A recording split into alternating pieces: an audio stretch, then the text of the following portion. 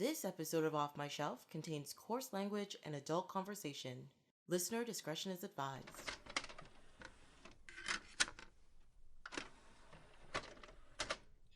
Hello, my name is Tracy James, and welcome to Off My Shelf, a podcast about movies that are, well, off my shelf, where we go through my DVDs and talk about the movies in my collection.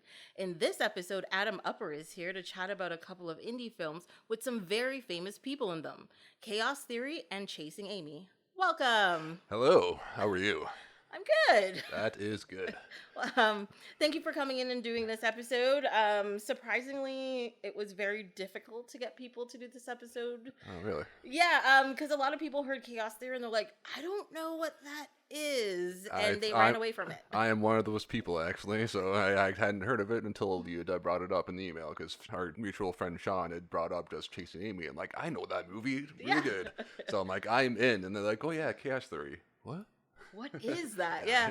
I mean, it was like a really small film from 2008, and to tell you the truth, I don't remember hearing about it before I found it in a bin somewhere, and I was like, ooh, Ryan Reynolds, I'll have this. I know, that was why I was surprised I hadn't heard of it either, with Ryan Reynolds in it, too, and I'm usually, at least if I saw the movie, I'd be like, oh yeah, I remember hearing about it, but I don't remember seeing a preview or anything for it even. Exactly. But, like, it's before, like, this was when he had a name, but he wasn't, like, the big star he is today. I think it was probably right after Blade 3, but before the first Wolverine movie where he played before the bad version of Deadpool. Oh, the bad version of Deadpool. We should just call it something else, because calling it Deadpool is insulting. Yeah, because that really wasn't, like, the first little bit, he had like the Wade part down at the beginning, except for the weird sword thing at the end when he was getting all the bullets. That didn't make sense, but everything else was pure Wade, and then something happened. Yeah, well, and he brought that back to when he actually did Deadpool. Yeah, definitely, and with Blade 3, I think it was probably a precursor to that too, because he was almost the same character, but not quite. Not quite, but he was almost there. He was still too pretty. That's all it was. I know. Well, so, I mean, as a movie that you've never seen before, what did you think about Chaos Theory? It was okay, but it was a bit of a weird premise, I thought, just with the beginning of the movie, where she was like, I want to get out husband. But, that was really weird and uncomfortable. Yeah, I'm always skeptical with people that are just like, I want a husband instead of I want somebody to be with for the rest of my life. Yeah. Maybe just because I'm jaded towards marriage, or if it's just, I know it's weird. Mm-hmm. But so that initially what threw me off of it, then it kind of... Yeah, but also the way she brought it up and the way it was brought up, it wasn't even just her, it was like the two friends as well, who were clearly like, this is my woman in front of the rest of their friends. And I was like, isn't that weird? Yeah, because they were all doing the New Year's Eve wishes and stuff, and then he said something and put his hand on her leg, and then his friend did the exact same thing, and when I was doing the notes, I was like, that buddy was this, and then it turns out that's actually what his name was. Yeah. So I had a good laugh. I don't think they brought his name up till like halfway through the movie. Yeah, something like that. He's like, hey buddy, and I'm like, I said that was, I actually think I just wrote buddy down in the notes, and I had a good laugh. I had to stop the movie and start laughing. Well, because he's kind of a useless character throughout the movie, and he's there at the beginning, and then he shows up at the end to just screw everything up, but really he doesn't do anything. He doesn't really deserve a name. I thought it was weird that he didn't actually have a name until then. And then at the beginning of the movie, when it was his daughter and her like fiance, my first thing I thought too, they look way too young to be getting married. Because it starts off like at the mansion. I think they're at the yeah, it's the same hotel where the New Year's Eve stuff happened. Where they were going way back before, and then I thought it looked really weird that Ryan Reynolds had the glasses and the beard as well. So that kind of threw me off a little bit too. That was my friend. I think, that was supposed to age him up. True. I'm an adult now and I have an adult child. Yeah. So, but it was just it looked really weird. With him with a beard more than the glasses, I think. Yeah, and then when they did the flashback, he had the drapey hair as well, which I always thought of Chris Hardwick. We always talked about that too. So I just said I thought it was pretty funny. I find with all movies though, when they do a flashback to people that are younger, they always have shaggy hair. No matter what time period it's set in, they've got shaggy hair. Yeah, they need to change the hair enough to be like, hey, this is not the same guy, the same point in his life or something like that. So I thought that was. But people could be clean cut throughout their whole life. Some people are like that. Yeah, because I think I've had probably the same hairstyle for at least like 15 years. If I just shave my head, and then just like let it grow in for about 6 months, and then once it gets too long, it again. Yeah, exactly. I mean, that's easy hairstyling. Yeah, exactly. Yeah, because I'm pretty lazy with that because I wear a hat a lot. So I'm not good I rarely ever not have it on. So why pay money to get styled and do all this stuff? So I was like, nah, screw it, shave. Exactly. And there you go. And I can kind of pull it off at least. I don't look too bad with a shaved head. So I'm like, why not? So like the few times I have it off, might as well do that. Yeah. Well, at least you were probably one of the lucky people who don't have like the weird lumpy head or anything. Actually, when I was a teenager, I always thought that I would, so I didn't. Then in my early 20s, I started doing that, and I was like, it's actually not bad. So that's really the only way to, it's a very drastic way to find out if you don't, but, if you do, then you're just like, well, I guess it'll just grow back, and if you don't, you're just like, ooh, I look good. And as I said, if I did look bad, I always wear the hat, so it didn't really matter too much if it screwed it up, so it's all good. One of my first notes for this movie too was like, what? This is a flashback movie, which I did not remember at all. I was actually surprised how much I remembered from the overall movie when I've probably seen this movie once, and it was probably the day I bought it. Yeah, probably. And I haven't watched it since. And then I watch it, except for the fact that it's a flashback, I remembered about like 80% of the movie. Really? So, I don't know. Yeah, and to us too, it was like one of the few flashback movies that didn't keep on going back and forth, because actually halfway through the movie I actually forgot that it was a flashback until they go back and he's like, oh yeah, the beard. Yeah, at the very end, right? Yeah. And then too, throughout the movie, his wife, I was trying to place for the longest time and looked it up, and it's actually the Val Kilmer's wife from Ghost in the Darkness. Really? Is that who she is? Yeah, because I had the vision of her in an old Victoria dress, and I was like, I don't really watch those type of movies really. So I'm like, where do I recognize that? And then I can usually place people. Yeah. So after the movie was over, I checked it and I was like, oh yeah, Ghost of the Dark. I love that. It's been a while since I watched it, but I love that movie. So and then they turned on that's why I recognize her in that weird dress, because it said I can't remember what that was.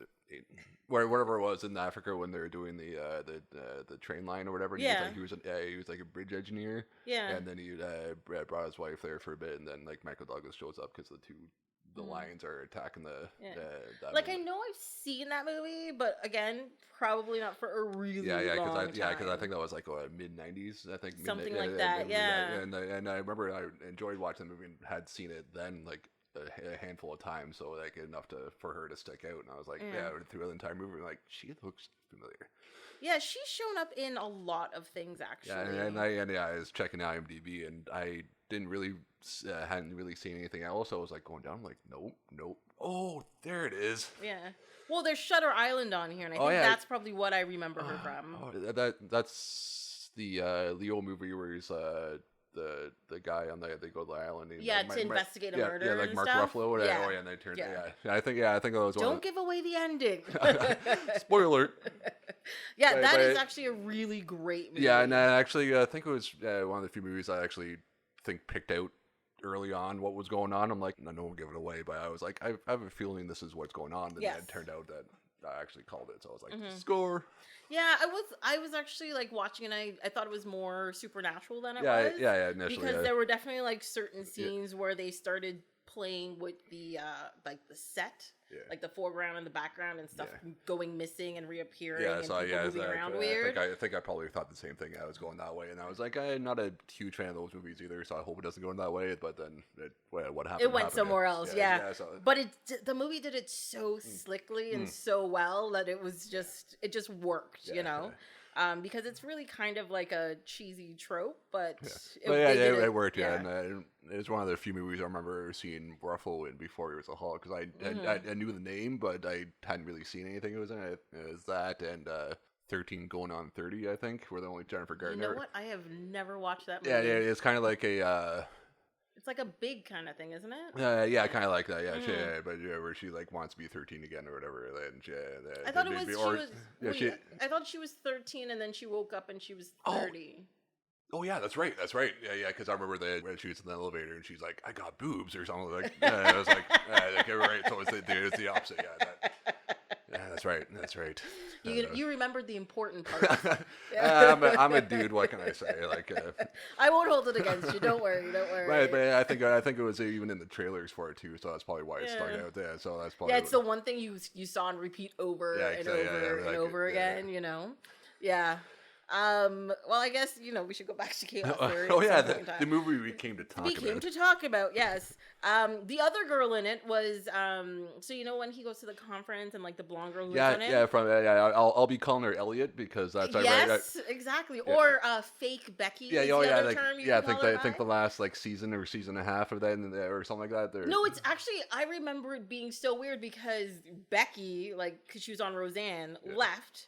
Then they had fake Becky, and then Becky came back for the last 2 seasons, I think it was. Something like that. Yeah, I don't want to say that at one point I think it might have gone back and forth, I think maybe, or is it just that, or something like that. Yeah, so, I just remember on the show, they make a comment, they're like, since whenever, you're different. kind of like in Fresh Prince of Bel-Air when Jazz only one that points out the change in Amphibian.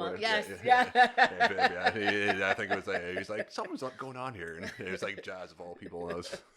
Well, I mean, he's the only one who's crazy enough to point that kind of thing out, right? The comic relief in the comedy show, so I guess he can pull it off, And I like that too. You can tell with the episode where he's going to get thrown out of the house because he has the same shirt on. So instead of like refilming it, they just use the same like one shot. So I'm like, that way it's funny. So why? Yeah, so use it. Yeah.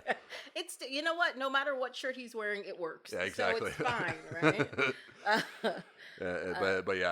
Then we was talking to the son-in-law or whatever, because he looked like he was about to leave. Because he found out like when they broke up, him and his fiance broke up. Had an affair. It wasn't technically an affair. We were on a break. but his friend is actually the smart one. He said, "Well, you were broken up, so it's not like she went out and cheated on you because you break up. Stuff happens. It's all good." Yeah. And then he was all. He got all pissy for a second, but then he was like, "I'm going to." I didn't really get there. He was that mad that he was going to take off, but which I didn't because I mean, like they're bringing it across that she's a grown woman, fine. So I'm assuming she had boyfriends before him. Yeah, so what's the big deal? Yeah, so I took it as he was just probably going for a breather instead of actually leaving. Mm-hmm. So then that's. I don't know. They made him look really like I gotta go. Yeah, like leave, but not like for good leave. So but then Ryan Reynolds comes up and starts talking to him. He's like, get him a double, and then starts pulls out the 2 cards, which actually comes up later on. Yeah, and where he gets it from. Yeah. Yeah, and I actually called it at the beginning when I was watching. I'm like, I think both of them said talk. And then forgot about it, and then later, then spoiler alert, if you haven't watched it, it turns out that both did say both talk. I'm like, haha. Again, called it. So I thought that was funny. Then then he goes to the flashback at the same place where like him and his friend. There's like 4 or 5 guys there, and like the it's 4 guys and 2 women. Yeah, like but one the girl and like another guy. Yeah, definitely a couple. Because when she says like I want a husband, he like puts her hand up. She's like no, put your hand down. I was like they put that in. That was kind of weird. So as I said before, that was a little. I always find that a little sketchy when they were like hardcore husband instead of long-term like partner or whatever, but like I mean but it kind of but in the sense of the movie kind of sets it up, but I'm but that could be what she means, like I do want somebody to stay with, but this the way it was worded. But also like the scene right after that is they wake up married 7 years later and they have a kid, so that happened real quick. It was like real quick. But the kid was adorable, so I couldn't complain too much about it. Yeah. But I mean, he definitely needed to unwind. Oh yeah, definitely. So, I love the fact that they said that to him several times, and he keeps saying, "I'm not a clock," which I thought was awesome. Yeah, and then speaking of the clock, his wife sets a clock 10 minutes ahead to try and save him time, and he but actually screwed him up because he said he needed to leave by like 18 after. Then he's like, then he had to go because he had to go to a ferry to go out, which kind of sets off the entire movie, which kind of means chaos theory because the one thing that's changed kind of cascades for the rest of everything else. Yeah, exactly. Yeah. To quote Jeff Goldblum in Jurassic Park, the chaos theory sort of thing. So which I guess that kind of comes with the title of the movie. Yeah. Exactly. So so they goes out and he's late, and because he has to make the ferry, and then he's like minutes or seconds late. And the guy's a jerk. Yeah, guy's a bit of a ferry, dick. Yeah, a bit of a dick. Then kind of comes back later on in the movie. Yeah. And so then it was funny because that fight scene was amazing. Like, I actually really liked it. Yeah, but I was thinking with that though, like, how does that bar not have a bouncer? Like, because you think you would like after that happened, you wouldn't be allowed to come back in with blood on his face and being like, hey, let's continue this conversation with this girl that's happy. Yeah, and also the girl would have been like, thank you, but gotten up and walked away, not sat there blushing. Yeah, and they had that whole thing, because after that, he had the cards again still, and he's like, fight more, drink more, or he's like, what's your name? Tracy. Tracy. Her name was Tracy. And then he shows her the card, and she's kind of like, and then doesn't show which one it is. And then, I'm assuming it's Tracy. And then she kind of looks away, and then it cuts. So you're like doing that. Yeah. So they want you to assume what happened. After that. Yeah. So but for me, like, her look on the face didn't really say which one it was, and she just kind of looked away. Then there was a weird cut at that point, I found. Yeah, I think it was meant for her to look flattered, but not like the weird expression on her face didn't really portray that for it, to me at least. So because I think she was still very uncomfortable at the same time. Because the whole thing is that he says that really bad line. He's like, $10 that you're naked under your clothes, so am I. Hey, have a drink or something. Oh yeah, but that was the ferry guy. Which set off there. Like, that's like a really, really bad line. I was like, dude, it's not even a bad line. It's just offensive. Like if you know the person, you kind of had like a joking demeanor with you, and he could probably pull it off. But random chick in a bar? You just walked up to her and said that, and you're like, what the fuck? And then which is why she sat down beside Reynolds, and then the whole thing. Yeah. And if I were her, I probably would have left, like, I probably would have walked out of the whole bar, because I'd have been like, I can't deal with that guy, and just been done with it. Yeah, don't ever be that guy. Yeah, please don't. Oh my god. But I mean, it went back to his like asshole character from the beginning. When he missed, like, it was the same kind of just nonchalant, mean behavior for no reason kind of thing. The kind of guy you just don't want to be around at all. That line has never ever worked ever on anybody in any way, shape, or form. So don't. I thought that was weird. It was weird. Don't worry. So then the guy at the ferry, then it's funny that he was like the fishing expert, and it was like 10 a.m. and it had to be changed to like 11:15. It was just like, oh my god. And then when afterwards at the bar, when he meets Elliot at the as I said, I'm gonna call you Elliot because I don't remember what her name was. Her real name. Maybe I should have written that down. Yeah, no, I probably should have, but and then he makes that line to Buddy, his friend. And he's like, how embarrassing it is to be late to an efficiency speech or whatever. So that was pretty funny. Yeah. And then too, like, I found after that, like, she shows up, and then they start talking, which, at bars, that's kind of what you do. And then they started drinking, which also too, she gets like the palmtinis, which also is kind of tangerinis. There it is. Which it was kind of like a nod to, like, I think Scrubs might have been Appletini. Where JD drinks Appletini. So I thought that was funny. I'm not sure if that was supposed to be a nod, but I took it as one, so I thought that was funny. Yeah, hold on. I found a tangerine recipe here. Oh, yeah. So apparently it is 2 ounces of orange vodka, 1 ounce of lemon juice, and 1 ounce of simple syrup. That's a pretty easy. Yeah, but an ounce of lemon juice, though, that. But why is it called a tangerine? Why isn't it like 2 ounces of tangerine? Or like a tangerine like flavoring or something like that. Something. So or maybe like that with the lemon juice, it's supposed to be tangy, I guess. Yeah, maybe it's the combination of like lime and orange makes it taste tangerine. Yeah. Oh yeah, I guess that could make sense. I'm guessing. I don't know.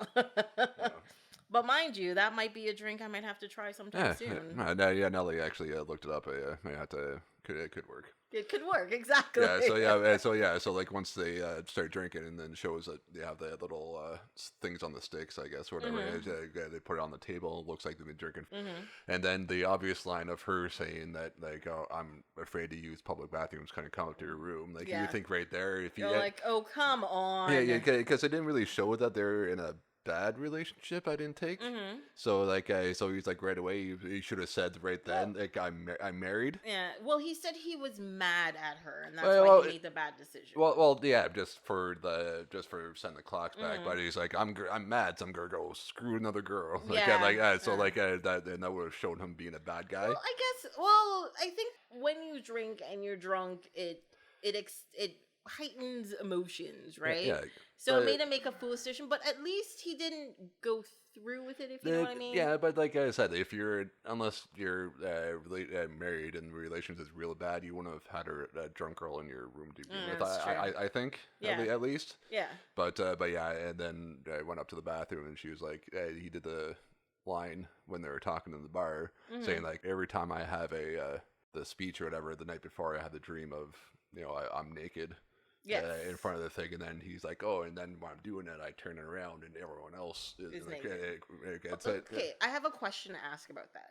Why does picturing everybody else naked make you feel calm when you're doing public speaking? I don't get it. Yeah, I'd be like, "Hey, nice." You'd be really distracted. Yeah, exactly. Yeah, so to me that doesn't make sense.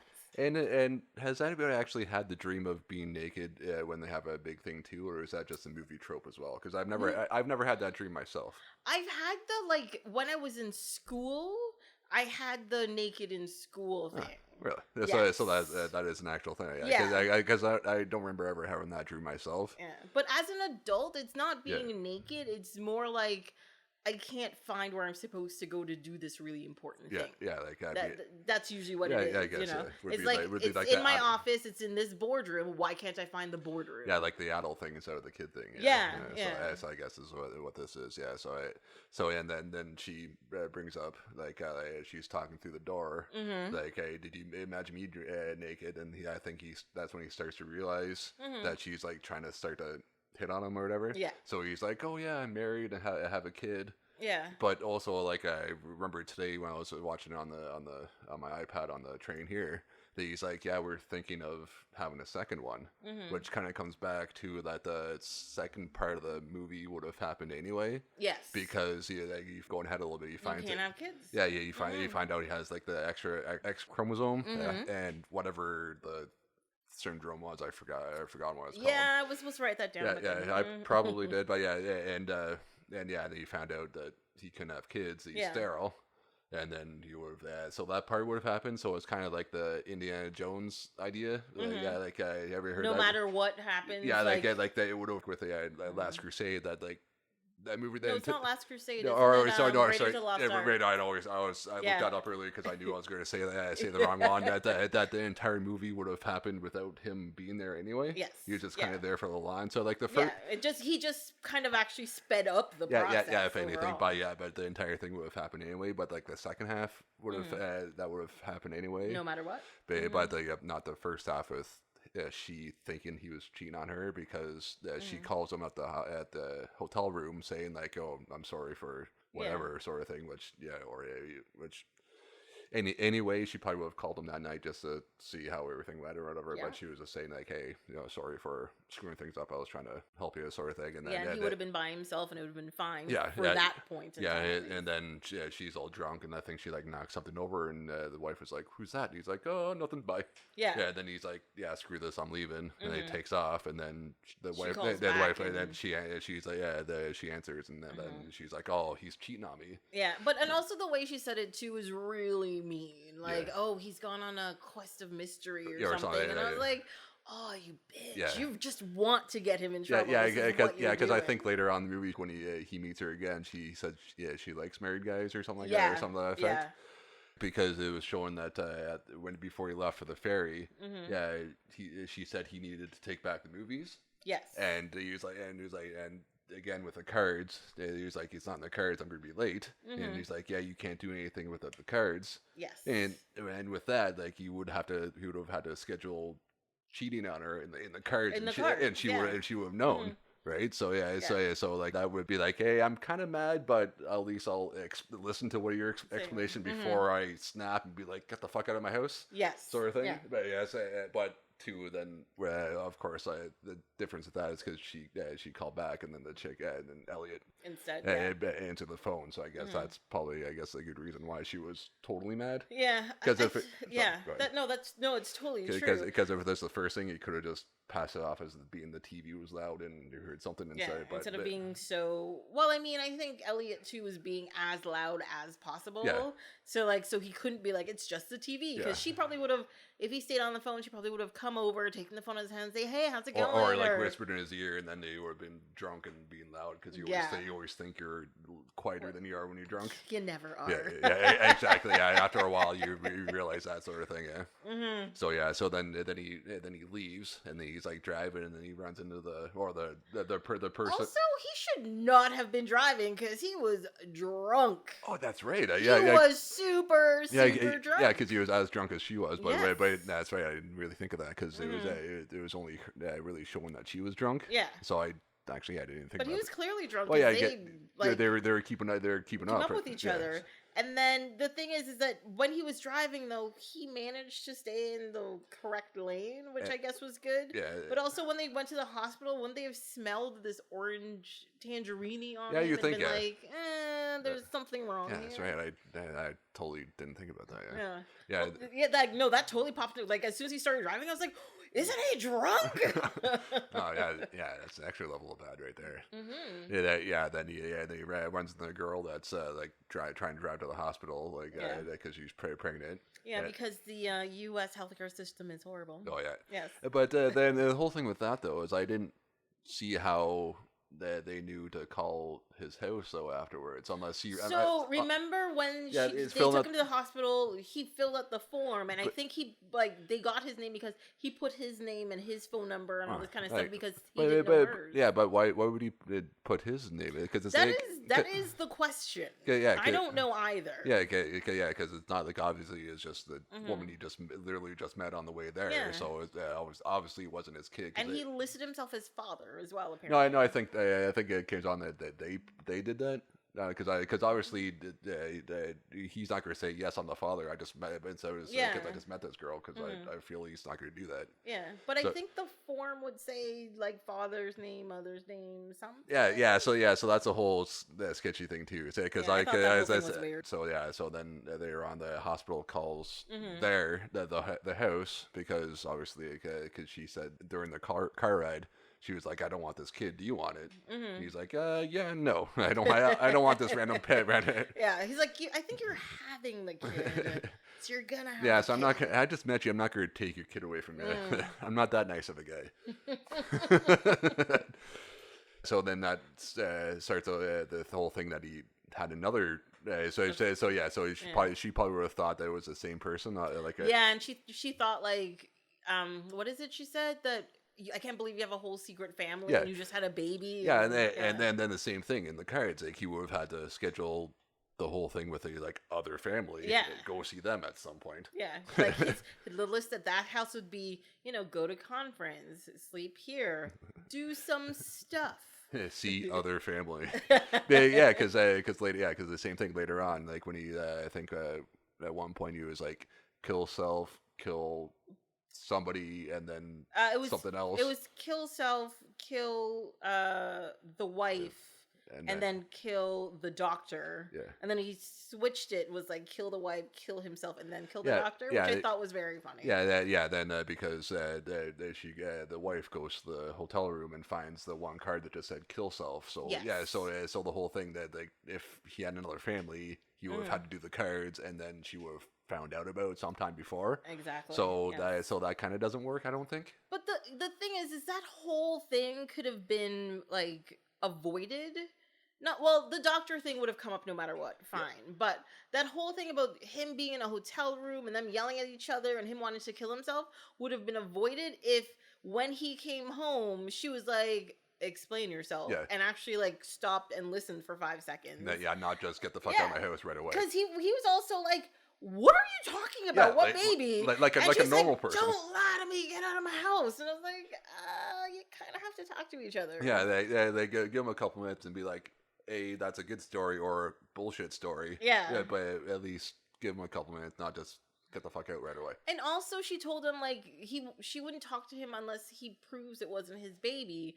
But he kept calling her, and she wouldn't talk to him. So how is he supposed to prove it?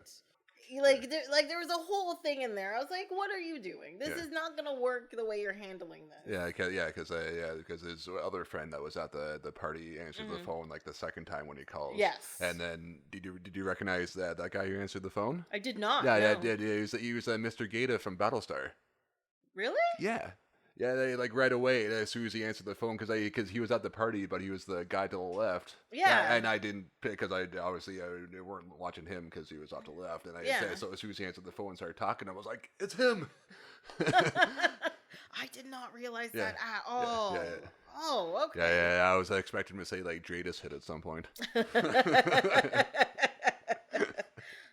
I didn't. Oh, okay. Yeah. Were there any other? I didn't remember any other cameos in there. Yeah. I think those only like the only three people that I recognized was Reynolds, obviously. Reynolds, Elliot, and him. Oh yeah, and the wife. Like, and the wife. It took me a minute to realize that. Well, one of her teachers, the teacher who's gossiping with her at school, or like took her outside and be like, "I have something to tell you." I recognized her from something, and I was supposed to look it up, and I didn't. I don't remember any of the teachers really, so I did nothing that stuck out really.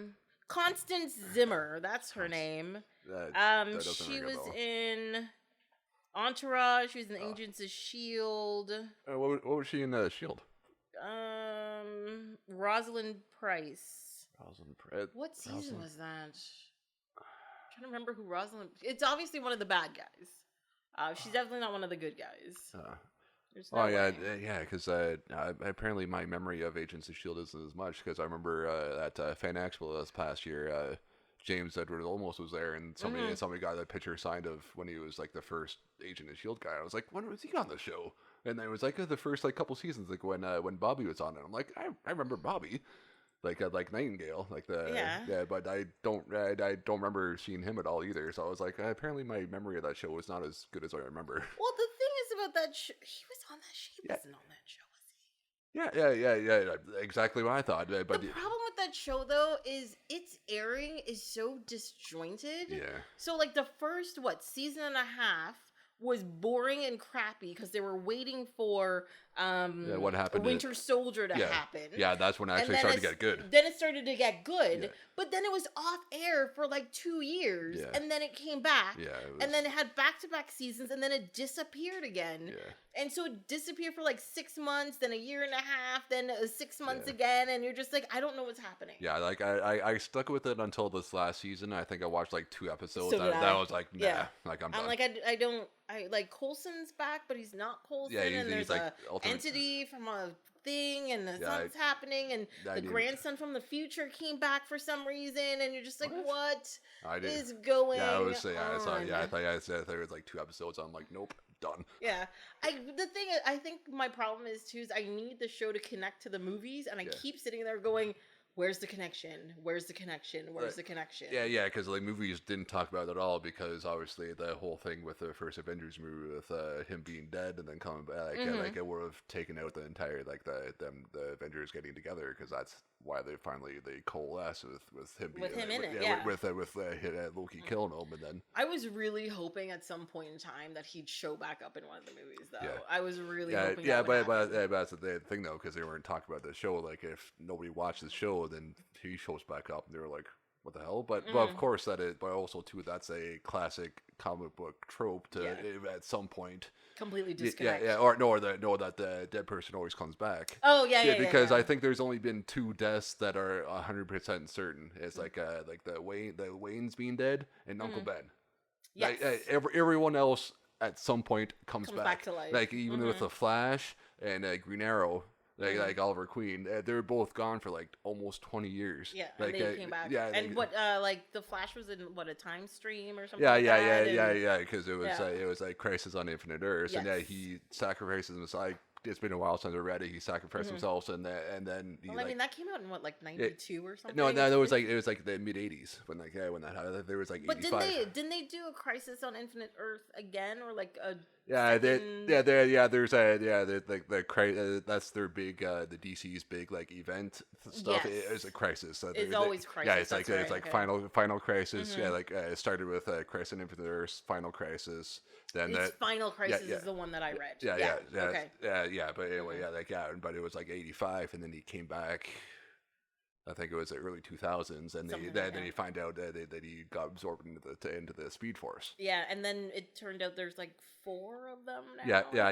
There's like him and Wally, and actually I didn't know about Wally until I started reading comics about like 8 or 9 years ago, because like I remember I vaguely remember the TV show, like the early 90s, like The Flash. Like, I remember that show. It is just because I was too young. Like my parents always said I'd go bed early when I was a kid. Yeah. So I vaguely remember being on. I only remember like one scene in it where the bad guy had like a stealth belt or something like that, and then there was like a blind guy who could tell that Barry was a Flash because he had some weird. You remember way more than I do. I'll tell you that. And so they were talking to him to find out because he had some weird extra vision or something like that. So because of the stealth belt, they were able to find out who he was and something. And that's the only part I remember of the show. Yeah, I actually only remember half of the first episode of the show.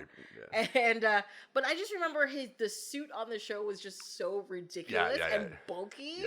I was like, he can't run in that. That's crazy. It was kind of like the '89 Batman thing where like the suit was the muscles instead of him. Yeah, exactly. Yeah, but I do like the fact that for the new Flash show, they actually had the guy who played I think it was John Wesley Shipp, was actually Barry's father in the CW. Oh, I haven't watched any of that Flash show. Yeah, it's not bad. I like it enough. It's really? Good. Yeah, I will say it. I like it, but I do sometimes like bad stuff. Yes. So, but it's held my attention. It's got to be so bad it's good. Yeah. Right? So as I said, I like it. So I'll. But that's what happened to me with like the Gotham show. Like the first the first 3 seasons were so bad they were good. Like I would sit here yelling at the TV. I'm like, what is this nonsense? Why can't I look away from it? And then it got to a point where it's like, this is just garbage. No, I think I made it to like the mid-season finale of the first season. Oh really? That's it? That was like because I like Batman, and I was like, screw this show, I do not like it. and then too, like one of the big things that bothered me was Will Smith's wife. Jada. Her weird with the way she talked, it was kind of weird. She was what was her name? Fish Mooney. Her like a delivery of her word, like how she talked was weird, and that bothered me.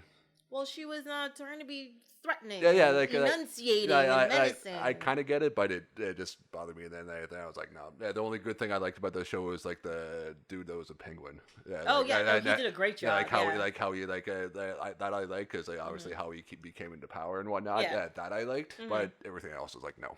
Didn't you know? No. I liked Nigma as well. Like I thought he was pretty good. Yeah, I regularly remember like a.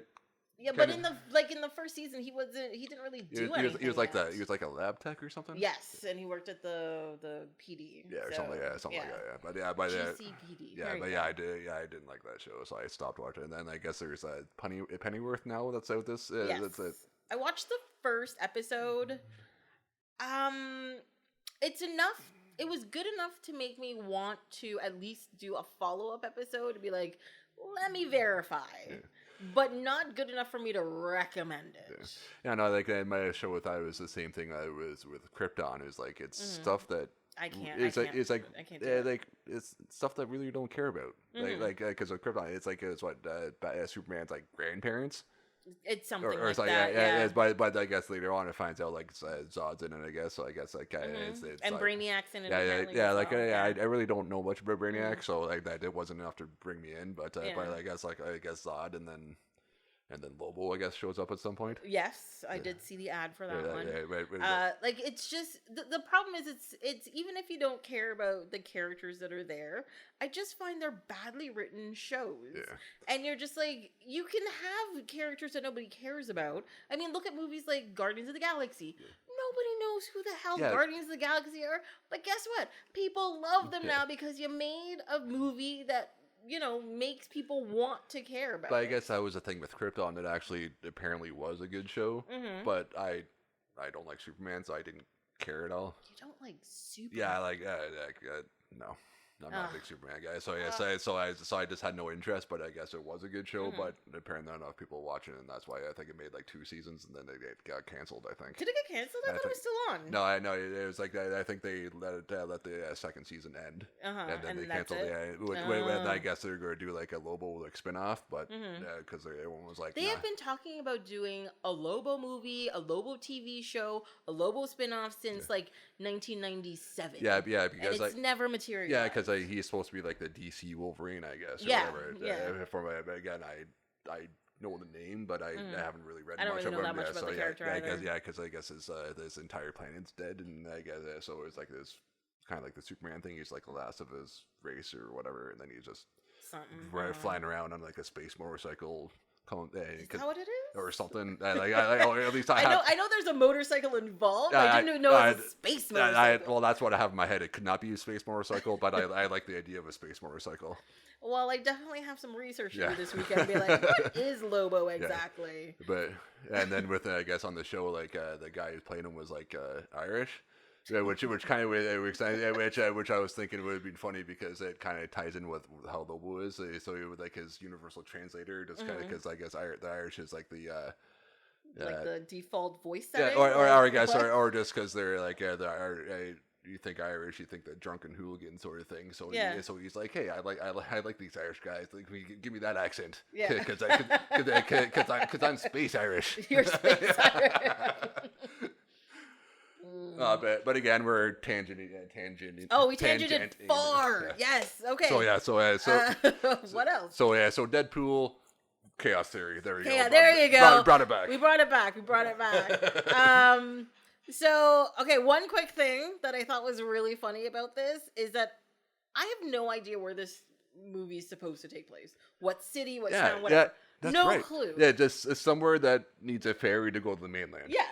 But there's a part close to the end of the movie where he's going to look for a gun and he walks into a store. Yeah. And as soon as like he walks into those doors, I'm like, oh, that's Canadian Tire. Oh, really? Yeah. No, as soon as I saw it, I was just like, that is a Canadian Tire store. I did Googled it. Oh, yeah. They filmed this in Vancouver. Oh, really? That was a Canadian Tire store.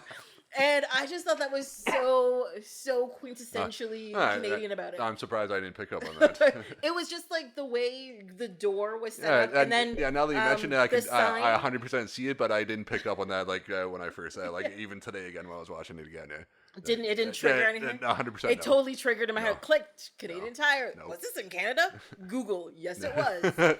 Done. But I guess it makes sense that they shot in Vancouver. So yeah. It's true. Like, well, I mean, it's Vancouver. They call Hollywood North. Right? I think it was initially like Toronto, but I think that everything's out there now. Yeah, because they get more tax breaks and stuff. Yeah, and plus you have the mountains and like you have like a bit of rainforesty thing there. So you get more of the more different environment. Because you just have Toronto, you just biggest city in Canada, so you just have Toronto. So you have to go. So it's usually New York City. Or something like that. So you have to go quite a ways to not be in the city, sort of thing. So so that's probably I'm going to say that's why they went to Vancouver and kind of that's kind of how it goes in it. I mean, they did a good job. It was so it definitely works. So So then those are like all of my notes. I have like the baby, and then they finally come. It goes to the doctor to prove that it's not his kid to do the DNA test. And then he finds out he's sterile. Yeah, he has that whatever syndrome is like double X, and then he's like that. And then he's like, "You're the liar now." Yeah. So then with that, I guess it kind of... And then he does what she did to him, was like, I don't want to talk to you. Yeah. We can't fix this. Yeah. Oh, my God. So and I think that then Buddy, which I said I initially found out as I was writing the Buddy's name, that's what his actual name is, that he was doing the math. So like, was it the math that they had sex at that New Year's Eve party, or just beforehand? No, so remember at the beginning of the movie, one of the first lines is, have you seen whatever her name is? And he's like, oh, I saw her last week. And he was like, oh, there was a party last week? And he was like, yeah. And it was that party the week before is what happened. Oh, okay. Which means they got married very quickly, and she was pregnant when they got married. So it's that seems like a lot. Yeah. Oh, yeah. That that doesn't help either. Because she said is her birthday is in like August, so that's like 8 months. Yeah. So because they did math because September 9. Yeah, so we're about to like. I guess that does make sense. So like that was super quick to me. Like I thought that was crazy. So I guess he like thought he knocked her up like on the wedding night when they're consummating the relationship, and, like, as it were. Like they got married a week later. Like it did to me, that whole thing didn't make that much sense. That doesn't add up at all. Yeah, but one thing I realized about this movie is that they're both mad at each other, but nobody did anything wrong. No. Nobody did anything wrong in the movie. If you just had like 5 minutes to be like, explain, it would have been fine. Yeah, exactly. But so I don't know. I just like at the end of the movie, I was just like, what is even? It's like this sloppy movie writing. Is pointless. Sloppy writing. Sloppy writing. It's not going anywhere. It's not doing anything. It's like I said, like the first half they could have done that, but the second half of the movie would have eventually happened at some point. Exactly. So meh. But then it also shows like the indictment of the U.S. and be able to just walk into a store and get a gun that day. Oh my God, yes, I put that down. That it's a 3-day waiting period for a handgun, but he can sell him a rifle or a shotgun today. He's like, okay, give me the shotgun, and even the guy was like, he's like, this is what you're looking for. He's like, what? He has like the box and leaves the store that day, like 5 minutes later with a gun. Yeah. You're like, what the fuck? mean, technically, I know there's a really weird thing about the law where you can't sell a gun and bullets at the same time, apparently. But you can buy a gun one place and walk across the street and buy bullets in the next place. So probably like across the street and be like, give me what this takes. Yeah, exactly. Which is just nuts to me. Like, it's crazy. Yeah, that's not good. Yeah, I don't know. Yeah, I mean, I guess I understand why it's called chaos theory. Because the one insanity thing they miss it very set off the entire movie. It's what do they call it? It's nonlinear and unpredictable system happens. I think it is. So I guess in a way that kind of makes sense. Yeah. Change one thing, everything spirals out of control, kind of thing. All right, and now I'm looking back. I cannot read my own writing. So this is why I type things now, because I can't read my writing half the time either. Yeah, that's what happens. Yeah, that I haven't had to write anything down for a long time. So it's true. Like so I actually don't. I think writing is like physical handwriting is going to disappear like any other forgotten language. Well, actually, isn't that the thing now that they're not teaching cursive in schools anymore? So if you write anything in cursive, the kids won't be able to understand what it is. Or something like that. I think. Really? I think that's the last couple of years. That's what's come up. Yeah, they're not teaching cursive anymore. Apparently. That seems weird. It could be just the States, and then obviously because we get the U.S. news more than Canada news. Yeah. Because I know way more about the States history just from movies and stuff, and then be like, hey, is this true? You look it up. Well, even in school, we're taught a lot of American history compared to Canadian history. Yeah, so I think that may be the thing, but definitely a thing that they're not teaching. That seems weird. Yeah. So no more script fonts, I guess, when we're doing stuff. So like, what is that? Yeah, so in a couple of years, for like if they want to do like secret code in movies, they just wite in cursive and be like, haha, you can't figure this out, kids. Ooh, calligraphy! like, defeat the enemy. Like, what does that mean? Loop-de-loop-loop? What? Oh my God! Everything's going downhill. What kind of weird elvish stuff is this? Well, so overall, what did you think about? As I said, like slappy writing, and I was thinking that there's no wonder why I didn't hear about this movie because I didn't like it because as I said, like the whole setup, and then then I guess how they brought about it, I didn't like. So I didn't hate it, but it's definitely one of those movies, like, if you're bored on a Sunday and it's on TV and you put it on and you're playing on your phone at the same time, you're fine. The pacing's okay, so you can kind of have in the background and kind of follow on and be in turn your head every once in a while. What's going on? Look up when Elliot is in the thing. She's like, girl in lingerie. That's not bad. And admittedly, if I was single and she came to me hitting me bar, I probably would at least get drunk and be like, she's hot. Yeah, but like I'm not a big guy for like, picking up randos, but I'd be like, maybe. Random people are just people that are your friends later on. Yeah, I guess you're right. I know people always say like, you can't really know anybody truly. I'm like, yeah, I guess, but I would have been like, I probably would have had the drinks with her and probably like. I mean, the funny thing is, in like elementary school and stuff, you're told not to talk to strangers and stuff, but later on in life, you are forced to talk to strangers constantly. Yeah. You know, and or else you can't do anything. You can't get anywhere. You can't function. No.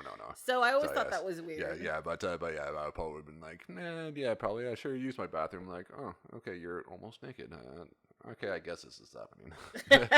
but if I was married, then like I would probably that would be wrong. I'd be like, no, you can't use my bathroom. Because I'm kind of dumb. I think I would have figured it. Would have been figuring like, this is weird.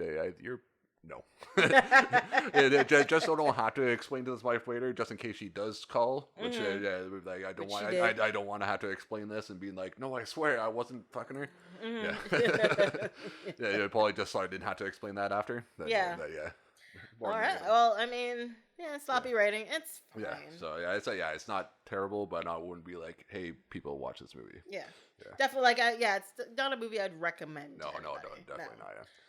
Well, let's go 11 years earlier to what I think you really want to talk about, which is Chasing Amy. Oh, yes, because apparently you have a crazy love for Kevin Smith. Yeah, I'm a big Kevin Smith guy.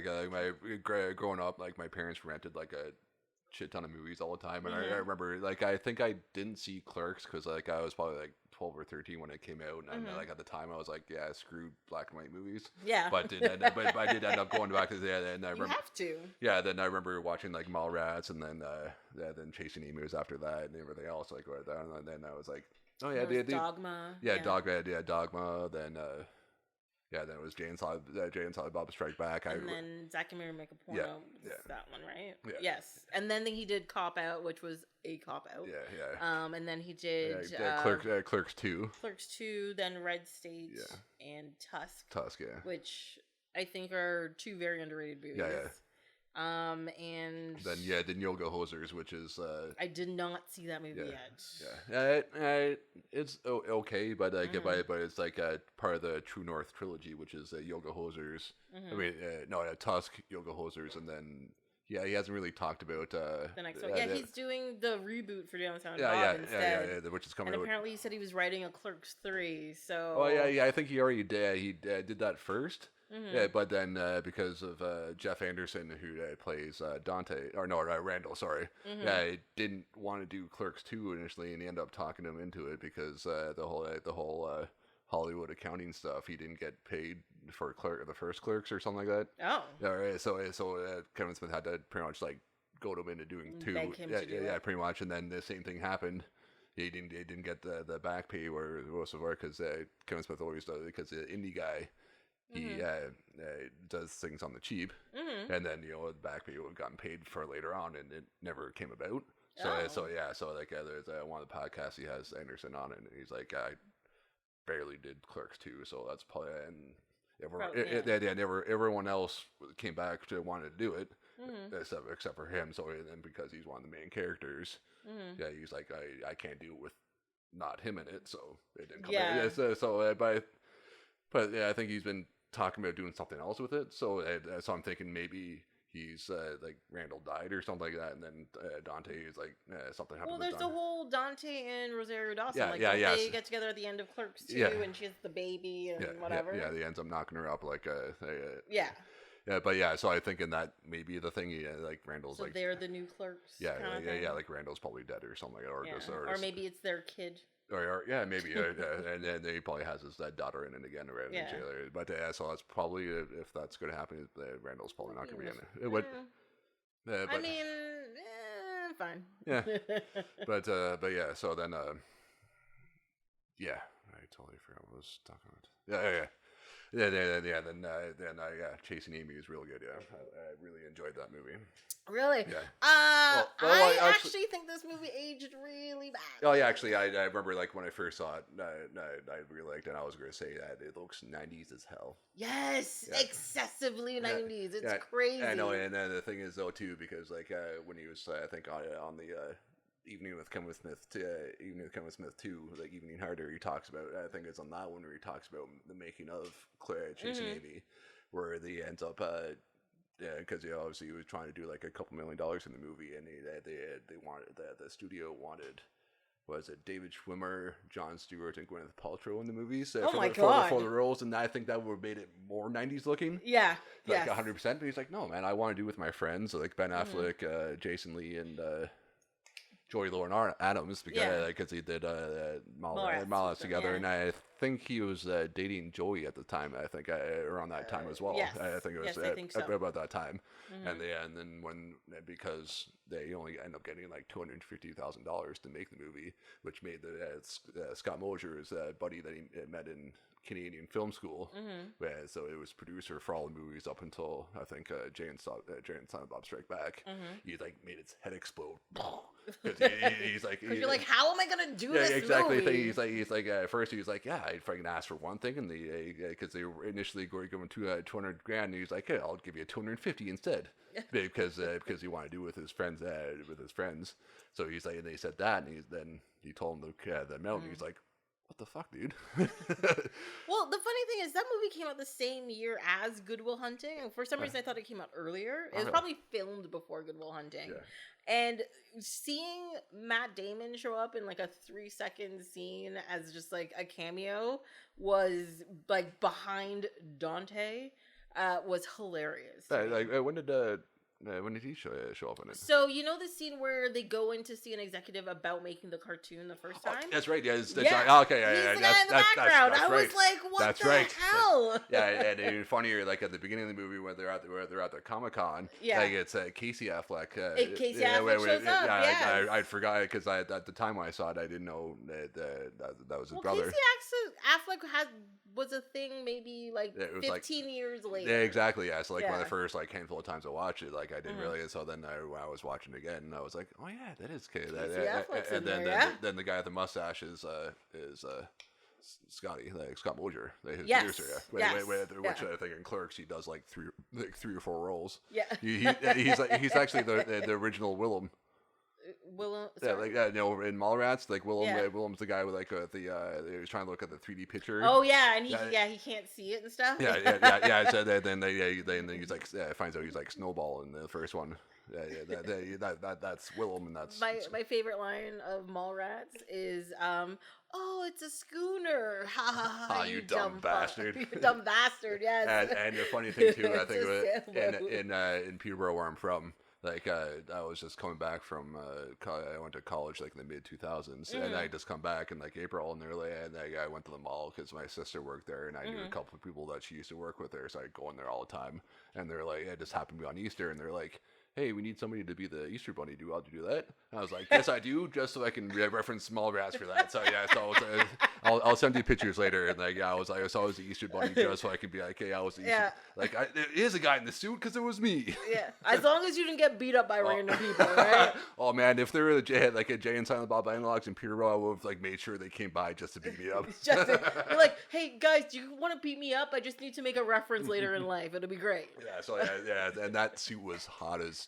nothing else. So I like every like 20 minutes, I'm like, I have to go back and take this stupid helmet off. Well, because it's like I guess the head was like solid, but it's covered in fur. Yeah. And then there's the suit that's just fur. It's like fur suit. Yeah. And then even in like it was April because like the Easter is always weird, and it's like either March or April or what I think it was April. Yeah. And then initially in that movie, because it starts off at the Comic-Con, it was my first real thing. Because I don't think Comic-Cons were really a thing at that point. So I was like, that's what I thought was so funny about it, because I remember going to Comic-Cons like that were like small rooms, little indie tables and stuff. You could just walk up to people like, sup, and like now it's these like massive events where there's no room to walk. And that's why I'm glad at Fan Expo this past year it was actually less busy, I found, than previous years, because I actually was volunteering at this one this year, and then even the dude that was one of the. Wait, you volunteered this year? Yeah. I was in the autograph section, like in the north. Oh, I didn't. Okay, I was of course I was. So who did you see this year? I was down in the voiceover actors part, looking at it down the right hand side where the photo ops were. So as I was hanging out with the Red Dead 2 guys. Oh, okay, yeah. And the girl who the lady who does the Sailor Jupiter now. Okay. And and the guy who does like Rocco and Rocco's Modern Life, who actually was also that's actually really cool. Yeah, I know of the show, but I hadn't watched it. Wait, you haven't watched Rocco's Modern Life? No. That show is so twisted. It's great. Yeah, I know. I'm hearing I need to. And actually, that guy also did Bane's voice in Justice League Doom. Mm-hmm. Yeah, so I thought, so I was like, oh, I know this one, and he's talking to him because it was busy, and then he actually did the Bane line from it, and I was like, yes, because I'm a big Batman guy, and the first Batman book I read was a novelization of the Nightfall series, which is where Bane first shows up, and that breaks Batman's back, and then whatnot, and he takes over Gotham for a while, then Batman just resurges. Yeah, he's a crisis of faith and has to fix it. He has like the lady in the Florida Keys, and she has like magic healing powers, and she's trying not to tip her hand, so it's like taking a while to heal him, and then he's like finds out and then ends up healing him and goes back, and he's like not confident to be Batman anymore. So I think it's like they kind of touch on it in the last Batman movie, the Christian Bale one. Yeah, but. It was, also, that didn't work. Yeah, I know. Yeah. I think that Dark Knight was good, but like Rises, the first two movies were excellent, and I think that's the reason why the third movie pissed me off so much. I'm like, you clearly have the ability to create a good story, even though there's too much happening, right? Because a lot of superhero movies just have too much. There's like 4 bad guys, and all this stuff's happening, and there's character development and blah blah blah. And this movie had all of that, but it was like, what are you doing? It just kind of just went all over the place. But I did like her Catwoman though. Did you? I hated her so much. I know, like that's the thing. I don't get the hate with what's her name? Anne Hathaway. Yeah, Anne Hathaway. Like I don't know, just because I think she's cute, right? It's like so I overlooked it, but like they were like everyone's like fuck her, and like I don't see why you hate her for it, but like it wasn't super great, but I did I liked it. But again, I'll go back to say my earlier thing is like sometimes I like bad things. So I'm not saying it's good, but I liked it. Yeah, I know. I just wasn't impressed, and she also didn't do anything. So I may have been like the her being cute blinded me. Maybe I think it's probably maybe. But that was like in the. I know I'm gonna bring up a horrible movie, the Superman versus Batman or Batman versus Superman, whatever, where Wonder Woman shows up for the first time, and people were like, "Oh my God, I love Wonder Woman. She's so amazing." I'm like, but how can you love her? She did nothing. She had like 6 words the whole movie. She does nothing. Yeah, like because I don't really remember her doing anything. Yeah, she literally walks around, looks nice, then shows up at the end, and they're like, "Is she with you?" No. I thought and then she says like 4 words to them, and then she's in a fight, and I'm like, she didn't do anything, I can't critique Gal Gadot as Wonder Woman. Yeah. And then I saw Wonder Woman the movie, and I was like, I can critique Gal Gadot, and there's a whole lot of, I don't understand what you think is so great. Yeah, that's my thing. That's just my thing. But so that was my first thing with Comic Cons, and then later on I started going like in 2011. I'm like, oh, okay, this makes more sense. And I think then I think right before then is when Comic Con started to be a little bit more popular. And whatnot. So I'm like, okay, that's what that is, and I get it now. And then actually that's the main thing I do at Comic Cons now is go and get comic books signed than anything else. Yeah. So I'm like, it's a lot part I get, and the whole Tracer thing was hilarious. Did you get anything signed this year? I went and saw. Gail Simone and got the Plastic Man miniseries that she did like last year signed. Okay. Got the Ragman miniseries, the most recent one, and I think Ray Fox wrote it. He was there, and he worked on it. He did that, and because I was volunteering, and you need to do at least like 2 shifts of 8 hours or something like that. And I didn't want to go in the mornings because I didn't want to wake up. So I just said I was only available in the afternoon. So I did like 4 shifts in the afternoon. So I just gave me a little run around to get a couple things signed. Oh yeah, and I was finally getting in the Tom McFarlane line. Oh, nice. Because I think it was here like 3 or 4 years ago. Yes. And it was like a lotto system. Yes. And so like the one day on the Saturday, I hate going on Saturdays there because it's so busy. It was not busy this year. This year, even on the Saturday, I was because I was dreading going to. I was shocked, but I think it's because they did it a week earlier than usual. Well, actually, like it was initially like this weekend up until a couple years ago, and then they started doing it on Labor Day, and then this was the first year it came. I've been doing it since 2002. Like even then it was the weekend before, and it was like maybe it was 4 or 5 years ago they had changed to Labor Day, which I didn't like because they're competing with Dragon Con. Oh, okay. And that's like the popular one for like the people that on the opposite side that go, because it's a lot more. It's like a party one more, so it's a lot more fun. So I didn't like it because they're always fighting to go with that. But now it's back, but maybe just because of the Switch. Yeah, it was busy, but yeah. So whenever Tom McFarlane was here last time, I was literally just getting into the north building, going to the south, and my buddy was already there, and he's like, all the tickets, their tickets are already gone. So so I was like, screw that. No, people get there early for some of the, like the Jim Lee one, Tom McFarlane when he shows up, but Jim Lee actually shows up pretty regularly. We had Justin Roiland showed up last year, and that was just nuts. I wouldn't even bother doing that because I knew, because of the Rick and Morty or whatever. There were people who didn't get. They were crying and they were cussing at people because they didn't get tickets. They didn't get to see him and stuff. And they're like, "Do you know how far I came? Like, you didn't come early enough. You can't do anything about it." So that's why I was glad I volunteered, because I had like the staff pass, so I got in like right before it opened, and went down, and then even then there was like a big lineup there.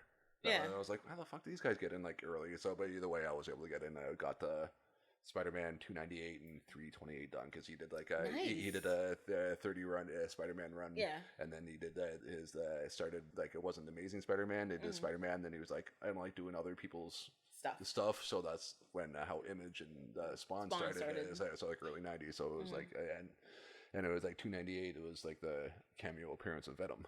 Oh, okay. And actually, it was funny. Like at the March Con, I have Spider-Man 300, which is like the first full appearance, which is like the more expensive one. I got it CG. I got one of the comic book stores here. I got it sent away to CGC, but they had to send it to Florida. And like a week later, they're like, "Oh yeah, Tom McFarlane's coming to Fan Expo," and I was like, "Fuck!" but at least I got that one done. And so anyway, so that was the main one. I was able to get into the Tom McFarlane night. Awesome, so then they talked. I got to talk to him for a second, and then I was like, I had to go do my shift. Yeah. Because I started like, I was supposed to get it done at like 11, and it was like 12:30, almost 1 o'clock, and then I my shift. Well, because the people stand and they talk to him for a little bit. I get it. Now I was like 10 or 15 people back, and I'm like, I may not be able to get this done, and I was able to get it, so I was happy. So that's awesome. My greatest one was like one of the first ones I went to. I think it was like 2002, 2003. Kevin Eastman was there. Oh, nice. And it was like the Sunday night, like an hour, maybe 2 hours before things were getting shut down. And I was walking around, and I saw this table. It had a bunch of Ninja Turtle stuff on it, and blah, blah, blah. And I must admit, I, of course, knew about the Ninja Turtles. I watched the cartoon. I read some of the comic books. I even read some heavy metal stuff. But I didn't know who Kevin Eastman was. Yeah. And then, as I was standing there, I was watching him draw stuff. And I was like, oh, he's doing the Ninja Turtle stuff, whatever. And then I was like, wait a second. His name is on all of these books that are here. Holy shit. I'm getting in line. Yeah. And I got him to draw me a Splinter. Oh, that's awesome. Yeah. Because I'm born in 1980, so I was a big, like when the cartoon came out and all the toys, I was like huge into the Ninja Turtles. So I think like 4 or 5 years ago, they had like the two of them had like a panel talking about the turtles and all that stuff. I actually went to that and stuff. And like how the comic book is so much darker than the TV show was, and all that kind of stuff. Oh yeah, I think after getting older and looking back, I was like looking at the comics were, and I was like, holy shit, that's like total different tone. Yeah, because they were even in black and white too. I think they were in black and white, and they did come back in color, a couple of them. Oh, really? So I know you can get, I think, 2 volumes in full color. I think. I don't know if I want to see that. I personally, it would be interesting to see, but after looking back and knowing that they're black. Wait, that'd be interesting. Be weird. Yeah. So, but I have to look at that up later now. And going back to our earlier conversation with Fresh Prince, Uncle Phil was the voice of Shredder. That's right. Right. I think it's in one of the. You wouldn't be surprised that who does the voices thing, and he's like one of the top ones or one of the final ones. It's like it's the. When I first found out, I was like, "What?" Yeah. Like I never would have guessed. Like never in a million years. I thought it was awesome. Yeah. But yeah, I mean. Chasing Amy, right? Yeah. It's funny. It's another one of the things that's like it's like a weird relationship movie almost. Yes. And actually, I think just recently, I think the guy from Daily Show, the John Oliver, actually made a reference to this movie, but like he did, which I was like, wait, what are you talking about? Yeah. Like, I haven't seen or heard anything about this movie in like 15, 20 years, and a week before I record this, I'm like, he made a Chasing Amy reference. What's happening? Yeah, because on the Facebook World of Kevin Smith thing, so it pops up, so like everyone was like, holy shit, do you see this? And then I saw the clip, and yeah, like.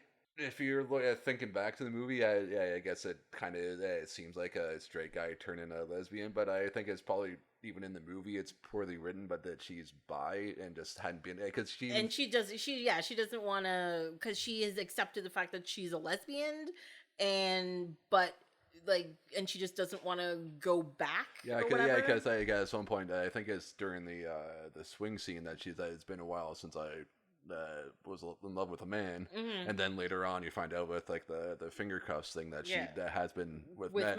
But so like I think it was poorly. It wasn't brought up well in the movie because that she's bi, but female leaning. Yeah, I guess. But they mention it in the movie, and like they do that on purpose, right? It's about him being surprised that, oh my god, she's been with men. You know. And then too with I think even in the gay world and stuff, I think even bi people are kind of shunned a little bit, or kind of. So it's either you're one or the other sort of thing. Yes. So. But people are starting to accept the whole sexuality as a spectrum thing now. So I guess because it was like what 97 when this movie came out. So I guess in that whole realm thing that the whole bi thing wasn't brought up as much. But I said like poorly done. But she bi, but female leaning or just was digging girls at the time and whatever else, and just because. And then like the part when Hooper invites them out to the bar after their first initial meeting, and Ben Affleck says they had a shared moment. He tell the bar, he's like, okay, come here, I need something to tell you. And he's like, what? Does she have a boyfriend? Well, no. He's like, what's to know? What's to know? And then he just walks away. He kind of dances off, and he's like, and then I think Banky at the time, he's like, there's a lot of chicks in this bar. And he's like, you're such a dude. Well, I mean, the fun. So this came out in 97, like you were saying, but up until around that point when Ellen DeGeneres made it okay to be gay. Oh, that's right. That was that was 97 as well. Oh, that's right. Being gay was like in film and stuff was a very negative thing, right? Because there was movies like The Crying Game in Philadelphia. I can't think of any others at the moment, but everything I think of when I think about it, like TV shows and movies is always super negative. Yeah, it's like gay is bad. Yeah, you're like, no, you're gonna die of AIDS and lose your job, or Crying Game. What was it? She got beat up or something. I haven't seen that movie, so I don't know. And then there was even in like Ace Ventura: Pet Detective. When you find out I think in Brooklyn Nine-Nine they brought it. It's like overtly transphobic near the end. Yeah, and you're just like, what is happening? You know, so like it was always very, very negative, but like that was around the time where it became. Yeah, I guess that's starting to be a little more starting to be accepted. I guess, or just more in your face to eventually start the. It's not bad to be gay. Yeah, it's not because you're still people. Exactly. I know it's always a weird thing, and then talk about the evening with Kevin Smith stuff. Like I was in college, like my roommate and the person I was seeing, like I talk about because Kevin Smith talks about like sucking cock a lot, and he does. And even they said that, like even for a straight dude, he talks about that a lot, and then even in the Clerks cartoon, they're doing the ripoff of the Monkey Ebola movie.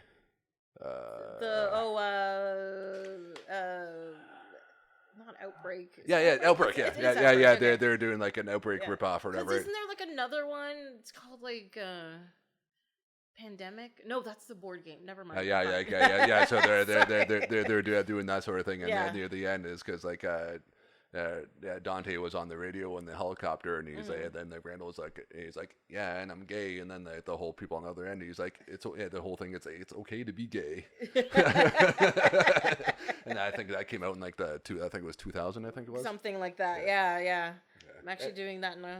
Yeah, no, I didn't at the time. I didn't know it was a cartoon, but looking back, I really liked that cartoon because it was good. But I mean, they only got to do the one season. No, I actually I think they did 6 episodes and only 2 actually end up airing.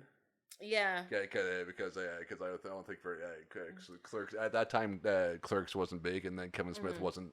Kevin Smith of today, where he's doing the podcast and all this stuff, and everyone knows who he is now.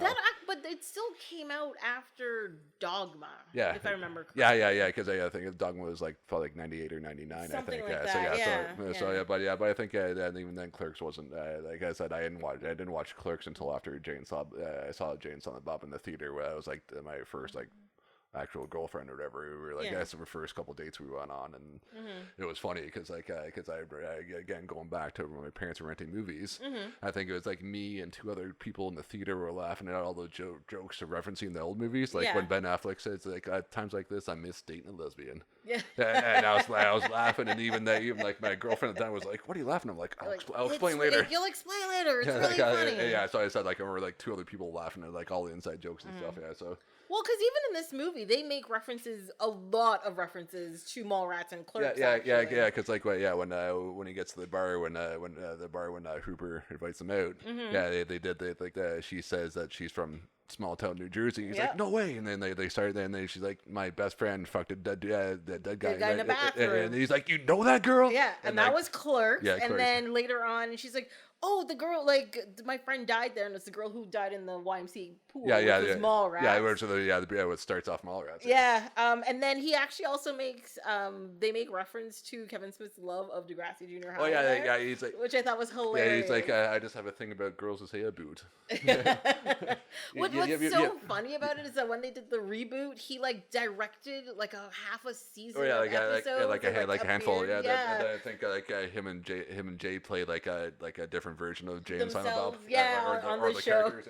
I mean, I was never able to bring myself to watch it, but I'm kind of curious. And again with the same girlfriend, I think when it came back, because she lived in Waterloo because she was going to Laurier. So I think it's around the time when the next generation, the new show came out or whatever. So I think we watched the first episode, and then I was like, I remember seeing the show, but never actually watched the OG Degrassi. So neither did I. So I knew that was a thing, but so I was like, no, not your thing. Yeah, right? not that I was saying it's bad. It was just like it's referencing stuff that I didn't watch. So I'm like, you can't really go back. Yeah, because apparently, from a bunch of teachers in the new one were from the original show. Yeah. Because they talk about stuff that happened in it, and I think one of the the only thing I remember from that episode was one of the guys that was one of the students was a used car salesman. He was doing a commercial for something like that. Okay. I think. Yeah. But that's the only thing I remember from that. I got nothing. Yeah, I think because I think that was we were watching that, and I think it was the first episode of that 80s show that only lasted a couple. It's 3 episodes or something. It was so bad. And that's the only thing I remember from that is that it was bad. But I don't remember anything else I remember from it, other than it was a thing. Yeah. I mean, the Canadian show I watched was Ready or Not with Busy and who's the other character? I don't really she was blonde or whatever. Yeah. That was the Canadian TV show I watched. Yeah, and then I think there was some and Littlest Hobo. That was the dog or something, right? Yeah, it roamed the countryside like he was Hulk, trying to save people and stuff. And the only thing I remember from I remember Ready or Not is because I think there was some video game show there where they played video games or something, and they probably and they had the blonde girl that was not busy on the show to come in and they're like, hey, girl from Ready or Not's here, and again and she I think they may have had a virtual boy on that show or in the background or something like that. Do you remember? No idea what show that is. I don't remember what it was called, but I just remember that. I know there was a show called what is it? Radioactive Room, I think is what it was called. That was on YTV. I don't know that at all. Hold on. But I think that's the only reason I remember that show is because they had the Ready or Not girls on it, or at least the blonde girl. So I I wish I remembered what that show was, but there was like they were reviewing video games and all this stuff, and then they had her on like playing it and stuff or whatever, something. I don't know. Yeah, I can't find it. Yeah. I need to do some more research and find out what show that is, because there's a lot of Radioactive Man is coming up here right now, and I'm like, that's the wrong thing. Jiminy Duke goes Radioactive Man. I've said that. Up and at them. Up and at them. These goggles do nothing. Yeah, to go back to the evening with going back to the swing scene. Mm-hmm. Like, I guess Ben Affleck likes to ad-lib it a lot, and Kevin Smith is like, no, say what's on the thing, because he writes and directs all this stuff. He's like, no, say this because some of it's very specific. Yeah, and because they were talking about about if you love a girl, she was like saying that they're fisting. Yes. He's like, well, what happens? I know. He's like, if you like her, like him, and they're fisting. He's like, well, what happens if you love her? You like hit her head with a bat. He's like, no, that doesn't make any fucking sense at all. No, it doesn't. He's like, do not say that line at all. He's like, do not know. He's like, no. No, that's wrong. Yeah. It's wrong. You obviously don't understand anything. Jeez. I must admit one thing, though. Like, even though Jason Lee is completely offensive, and he just kind of mouths every like guy in that situation, like their insecurity. Yeah, I love a yelly Jason Lee. I love it when he starts yelling. It's great. Yeah, I love the Jason Lee, but I think in this movie he was probably like the most bro-ish. Such an asshole. I guess like in Mallrats, like Ben Affleck was like the bro guy in that movie, and then I guess Kevin Smith's version of a bro guy, and then in Chasing Amy, Jason Lee took it this time, being the dude who's like, no, dudes and chicks can't be friends. Yeah, he is fucking, and then later on, like the man-hating lesbian, where he does like the crosswalk stuff. Crosswalk thing, where it's like the Santa Claus, the Easter Bunny, a man-loving lesbian, and a bitch dyke. The man-hating dyke, or the fun-loving lesbian who loves everybody. Okay, and who's gonna get the $100? And he's like, I don't know. He's like says one of them. He's like, why is that? And he's like, because none of them fucking exist. I'm like, dude, that grow up. Yeah, grow up. Yeah, exactly. and then it was. Yeah, I always found that it was weird that later on he was like, he's like finds out he's like secretly gay or something like that. Well, they tried to. So they try to say that in the movie, but it doesn't actually come across that way. No, I think they were trying to make a correlation between. What's the black guy's name in it? Hooper X. Hooper X. Like, because you know how they kept talking about, like, Archie and stuff? Oh, yeah. Like, that part, and he's like, there's no way Archie's fucking Mr. Cooper, or Weatherby, or whatever. And I think they were trying to make that correlation, and I was like, that doesn't make any sense. No. But people can be friends. There's nothing wrong with people being friends. And growing up, like I remember going to like the one bookstore in Peterborough, and that growing up, that was probably like the comic books I read, because they had like the small little books, and I read a shit ton of Archie books. Yeah. And I was like, no, he's like that. He's fighting over the two girls. Yeah. Like that part, I agree with. That's why I agree with him on that one. He's like, he couldn't decide on either of them. Yeah. But you know what's fun? Like, they were talking about Archies, and I was like, all I kept thinking is like, Archie is really, really different these days, guys. Because, so, a few years ago, they tried to, they were like, oh, he's making a decision. Yeah. And then instead, they made it two realities. Yeah, like so a different reality. So one he picked Betty, one he picked Veronica. Yeah. But then they also, what is it called? It's still called Archie, but it's like... Yeah, there's like a couple different ones now. Like there's like a dark one or whatever, and they're in the same town. Archie's dead. Sabrina Teenage Witch, she's married to Cthulhu. What? Yeah, there's Josie and the Pussycats. Josie's addicted to drugs. Well, the whole Rockstar thing, so I guess that kind of makes sense. Yeah, like they made it like super, like they tried to make it like quote unquote realistic, put in like the real world. but she's married to Cthulhu because she's a witch. So like, and she did like a wrong summoning or something, and to save people, she like married him or something like that. And I was like, are you kidding me? Yeah, it's kind of crazy. Yeah, did you watch the show? I know. I tried watching the first episode, and I was like, just because I said I grew up reading, so I was like, I'll give it a shot, and I'm like, nope. Yeah, because they've turned it more into like Dawson's Creek than anything else. Because like, isn't Archie sleeping with the teacher, and and somebody gets murdered? Yeah, and the first season was trying to figure that out. Yeah, and he's like he's in high school, and he's boning the teacher. And the teacher who's supposed to be like a crazy old lady, but she's like young. And Yeah, and as I said, and then if it was like the other way, it was like a male teacher and a female archer. Yeah, it would be like, no, this is not acceptable. That show it probably would have made it to the end of the first season, or like something really bad would have happened to that teacher, or something. Or they'd like gone to jail and all this stuff. And I was hearing like little tidbits here and there because a lot of my friends were like, I can't recommend this show, but I can't stop watching it because it's horribly amazing. That's an oxymoron. And I think the one part though is that Veronica there at one point had a little dance thing, and I was like, Veronica was kind of hot in that show, but beyond that, that wasn't enough. Well, Betty and Veronica have to be hot. That's the whole point of everything. So and then even then, I'm like, that's not enough for me to overlook everything else. And apparently, everybody loves Jughead because he's a hipster. And He was like an investigative journalist type thing or something like that, or something to that expect. So I was like, nah, man, he's like the dude that loves the hamburgers and has a crown, man. Yeah, he's supposed to be an idiot. That's the whole point. Yeah, exactly. But actually, the funny thing about that, he's like the Shaggy of the Archie world. Yeah, people are like, one thing they apparently did right in the show. Well, no, actually, they made it a toque in the show, not a hat anymore. But originally, like Jughead in the early comic books was a hipster, and his hat wasn't a crown. It was actually like an inside-out cap, and the edge of his quote-unquote crown is actually just his like the inside like cut up, and he put pins on it.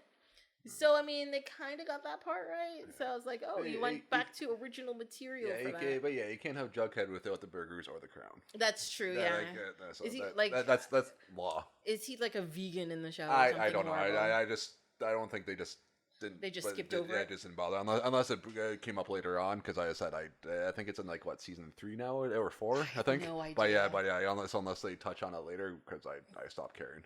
I guess I'd only watch the first episode because I liked it, and I was like, no, this is... Yeah, you can't do that kind of stuff. No, it's horrible.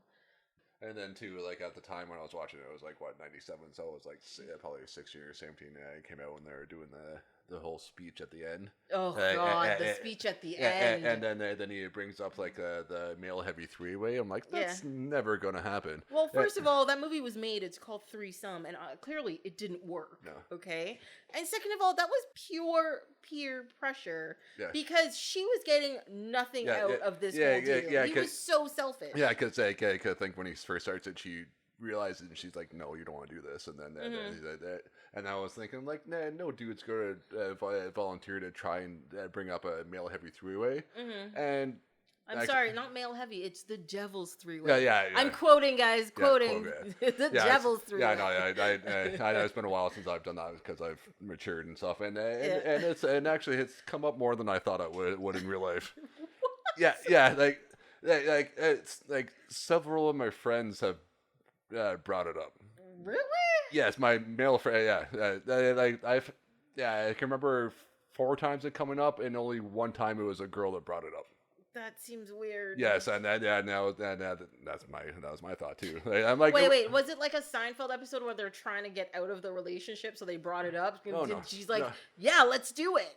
Oh yeah. No, it was weird. Like, it was one coworker. I used to work at an inventory place, and like I had one guy like I was kind of buddy with. He used to go back to his place to have a beer or 2. Yeah. And then he was like, just suggested like a future date, and I'm like, no, and then then my a friend I was in high school with, and I'm still friends with a couple years ago. When he brought him like I get why you're bringing it to me, but. No. Like you're a good friend, but that's one thing I don't want to ever find out about you. Yeah, and I don't need that. No, and then I forget what the third one is, and then a girl I was been in a bit of a poly relationship with. She's like, "Do you want it?" And I'm like, I don't like to share. Like, you can go do your own thing. It doesn't bother me. Just as long as I got my own time. Yeah, just me. It's all good. Yeah, but I'm like, no. So you know exactly what that is about. So I was like, when I first saw him, like, that's never gonna happen. I'm like, it turns out it does. Yeah. No, but tell you the truth, like, that whole thing, it's not even like, yeah, it's offensive that he brought it up in the first place, but he was such a dick. Yeah. That was he was such a dick about it. Yeah, like I said, like in my instances, it made more sense to bring up. And it was just like, and then he was like, yeah, this is gonna solve everything. I'm like, that doesn't solve anything. Solve anything? Because other people, you're the only one that wants to do it. Yeah. And you want to do it for selfish reasons because you want to feel better about yourself. Because he's like, well, you did it before. I'm like, it just that doesn't mean I'm gonna do it again. Well, even then, in the story of the finger cuffs story, like it kind of was organic and happened. I'm like, and that I get, like that totally makes sense. Like, and she said also that she's experimental, so she's like, I did it once and I'm good. Yeah, he's like, I did it, and like, so then that part 100% makes that story. I was like, that. I can see that happening, and it probably has happened before, and it's all good. But and at the end it was just weird. No, it was just weird. Like, no. And that's my problem with like one of the reasons why this aged so badly. I actually thought it came across as it came out before Mallrats, which I think is weird.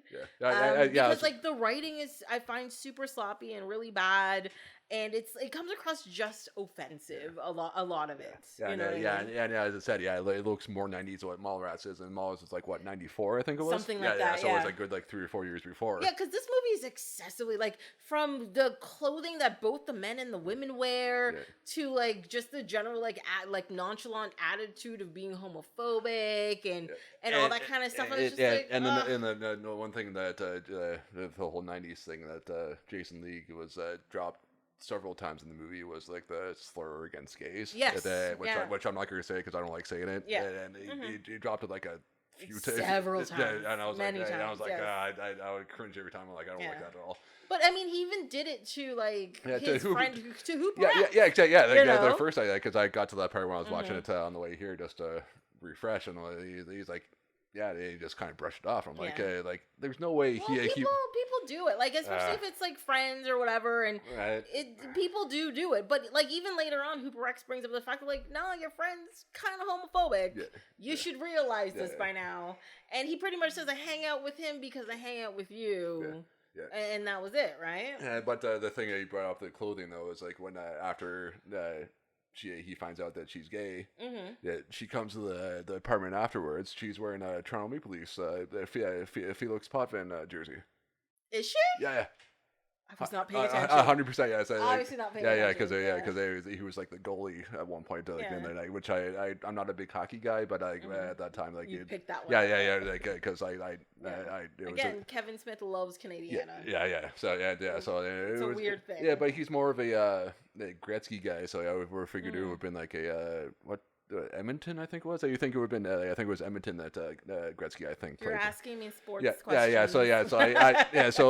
So internet, don't get mad at me, but I think it's Edmonton. He was with before he went to the Kings. You think it would have been that because I think with the jerseys they wears now or did wear, it was like the Edmonton Oilers colors. I think, but so it was weird that I thought even that because he most of his jerseys are like red, right? Or something, so it's anyway. It was like at one point it was like the team whether Gretzky's team was but it was even when it first came out I was like, hey, that's a Toronto thing, so. And then later on, finding out that he loves Canada and whatnot. So I mean, it works out. Exactly. Yeah. So I thought, but I guess like Toronto was probably like that. So either Toronto or Montreal is like the well-known Canadian teams. I guess because they have like they're both the original 6. Exactly. And then the other 4 were in their American teams. So what's really funny about this is that so this is actually the DVD I have is the Criterion Collection, which I actually didn't realize until I started watching. I'm like, this is Criterion Collection. This is crazy. And so I was looking at the cutscenes for it. Have you seen his show Comic Book Men? Yes. Right. So there's actually a cutscene that they cut out at the beginning of the movie that takes place in a comic book store that actually they buy and turn into Jason Bob's Secret Stash. So it was a store beforehand? It's 2 guys from it. It's Steve Dave and Walter. And like they're in that scene and like they do like a whole thing.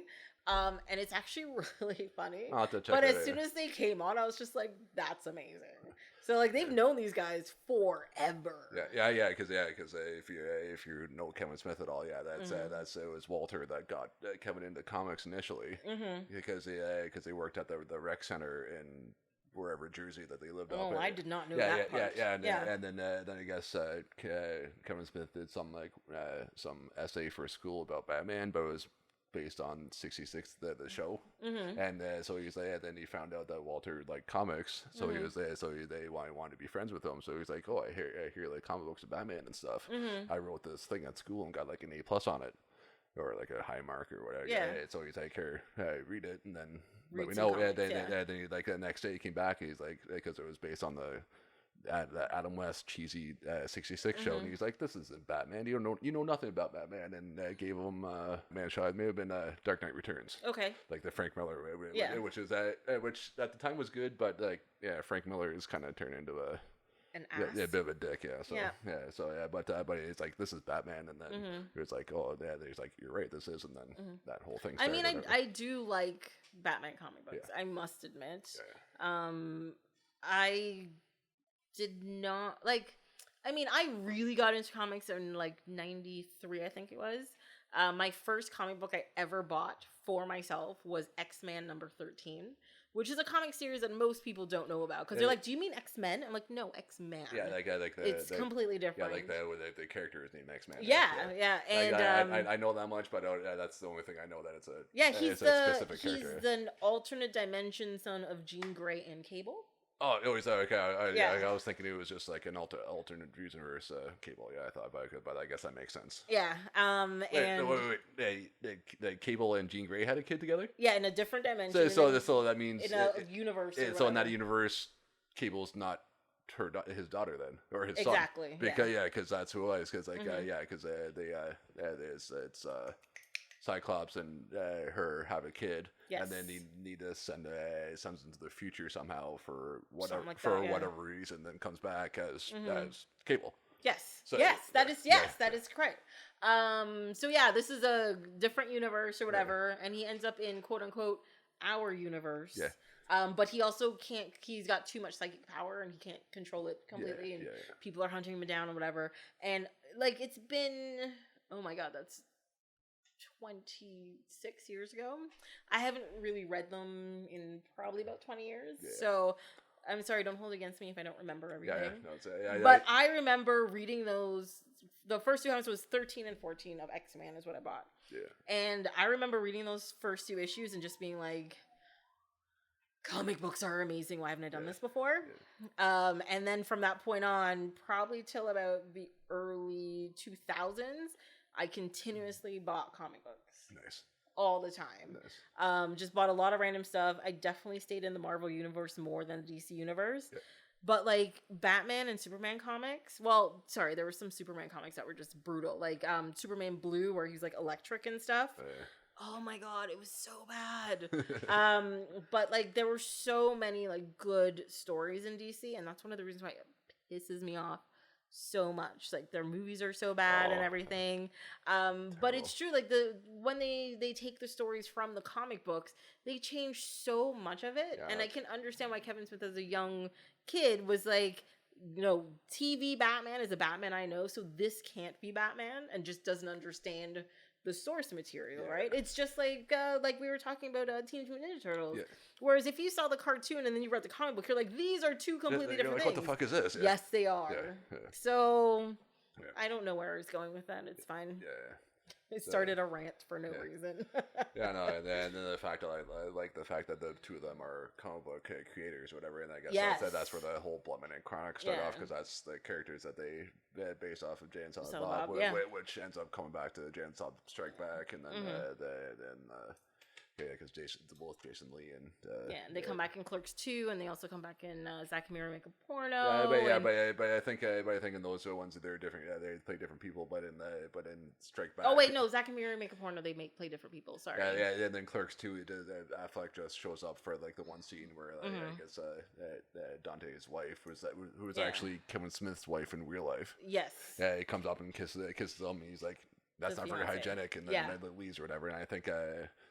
after that is when Ben Affleck and Kevin Smith kind of fallen out, and then they didn't really talk. Do anything anymore. It did, yeah, because of stuff. And then actually, somebody was asking Ben Affleck in an interview, like when they were like about a month into shooting Reboot, he's like, "Hey, would you?" Doesn't he show up for it? Yeah. Like he comes up and he's like, the guy was like, "Hey, would you?" If Kevin Smith called you up, would you play it? And he's like, "Oh yeah, I'd love to go do that." Reynolds, and then I think Jordan, who is Jay's wife now in real life, was like, "Hey, did you hear this thing?" And he's like, "Yeah, Ben Affleck's not going to want to talk to me anymore because the whole thing is that anybody knows Kevin Smith, he just likes to fucking talk. Not saying this in a disparaging way, but it's he's a fucking gifted gab kind of guy. Yes, and just." Sometimes he tells intimate stories and probably just said something. Well, actually, so I went to one of the evening with Kevin Smith that he did in Toronto. Yeah. And I remember him saying, like, because people were asking him questions. And he's like, I was going to tell a story, but I'm not going to because it's about somebody who I'm already in trouble with because I told a story I shouldn't have told. And people were like, is it Ben Affleck? And he's like, I can't say yes or no to that. So then he told this horrible story about his wife. And I was just like, what is wrong with you? Who then comes on the stage after smiling and waving at people who was clearly embarrassed, like, thanks, honey. Because at one point, he just talks about, like, I apologize for saying this, people, but he like talks about like eating her ass and all this stuff, and the story I heard was that she had impacted bowels and had to go to the doctor. I remember That's the one I heard, and I was like, no. And then she had like any normal person, she's like, you don't tell us other stuff about other people like that. Well, it's part of me, and like, you can say it's you and be like this one person I know, but not be like, hey, this is Jen Schwalbach, my wife, and all this stuff. Like, but I must admit, he also did tell a story about when Harley Quinn was born and he had to learn how to wipe her butt, and then talked about nobody remembers where they learned to wipe a butt because I get shit on my balls all the time, and I was just like, are you kidding me? It's crazy. Then it's like when being in the room when she was being born and stuff, and then he found out what a episiotomy is and all this stuff. I was like, I don't need all this information. It's like, it's like, you don't say the stuff about people that don't want to have that to be done. And then that was the whole thing with him and Affleck. And then I guess then he was like, then finally Jordan was like, hey, you should give him a call or or emailed him, and then they just emailed him back. And I guess So as far as I can tell, like based on everything I've seen, they got almost everybody back. To show up in there in some capacity. Yeah, so I think that's cool. The one I'm really hoping for is John Goodman from Red State. Because I don't know if that's gonna happen. Because I fucking love John Goodman. He's like one of the underrated actors, I think. He is amazing. Anything he showed up in the last 10 years that I've seen him in, he was awesome in Red State. Even though Cloverfield Lane. He was like a bad character, but he was he gave me heart palpitations. It was so intense. I fucking love him so much. He is the best. I hope he shows up at some point. Yeah, and of course Big Lebowski and stuff. He fucking rocks and doesn't get enough recognition that he should. He's awesome. I love that guy so much. Yeah. So I hope he does. But the one that was surprised that showed up because they were shooting in New Orleans. It's like I guess Nick Cage is gonna be in it. That's why. I didn't hear about that one. Oh, okay, all right. I'm cool with it. Yeah, so I just can't wait to see what I hope there's a Superman reference in there. There has to be. I hope because again with Evenings With, he talks about the whole story about him writing the Superman Lives or whatever stuff and how crazy the producer was. Yeah, and then the suits they came up with. Everybody's seen that video about that suit. The screen testing and stuff. Yeah, and he has right after he came back from being dead, the mullet, the Superman mullet. Oh my god! I was like, I saw pictures of course this didn't get made. What were you thinking? But it makes no sense. But at the same part, I want to see that movie so bad. Oh god! Because it was Aronofsky was doing it or something. Wasn't it somebody weird? No, it was Tim Burton was directing it.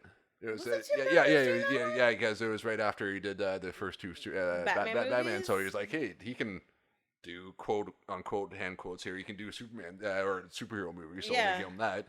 And then the whole story with the producer, and then like the third act, he wanted the big villain to be like a big spider. Okay. Yeah, and then it ended up happening, and then he went on to produce Wild Wild West, and that's why that stupid ass fucking robot spiders in it at the end, and why that movie was so bad. And then that's why. So I was like, why the villain was like, why do you like spiders for? And then what the fuck, the big robot spider, and then hearing that story, I'm like, that makes sense. Yeah, because wasn't the villain in that because it was a steampunk western? Yeah. And wasn't he he had no lower body, or because in a wheelchair, and his lower body was a spider? Yeah. He climbed into a bigger spider or something like them, or something. Because he was like he fought for the other side of the Civil War, like the bad side or whatever the fuck, or like the I'm not American, so I can't think of offhand, but it's like the Reds. Yeah, sure. Like I'm probably gonna get lots of emails. Yeah, I'm totally blanking on what it is. They, like the bad side of the Civil War. Civil War, yeah, yes, the people who still want to have slaves and stuff. Yeah, those ways. So you find that, and so it was because of the war is why he has no lower half. Yeah. That's pretty much what I was getting at. But yeah, then that explains why that spider is in that movie and whatever else. So that explains why there was in it, but it still doesn't make sense. It still doesn't make any sense. We're not even gonna try to explain it. So, anyways, Chasing Amy. And we talked a lot about comic books. That's totally in with everything. Yeah, so when I first watched it, I liked it because again, I didn't know. I was a teenager and hadn't had girlfriends or sex, so I'm like, this makes sense. But again, looking back on it, it's real life and experience. Yeah, that's not how that works. It's kind of it doesn't hold up as well. But and as I said, it's 90s as hell. Yeah, the movie. It's actually just fun to see everybody so young. Yeah, it's really all it is. Because Ben Affleck looks really young. So young. Because the only other movies at that point I seen him in with, I think it was Dazed and Confused and Mallrats. Yes. And I think Mallrats was the year, it came out it was 3 years before, I think Dazed was 93, I want to say, and Mallrats was 94, so I think it probably is really close. It's fairly close. I want to say 93, 94, or 90. You're right, Dazed and Confused was 93.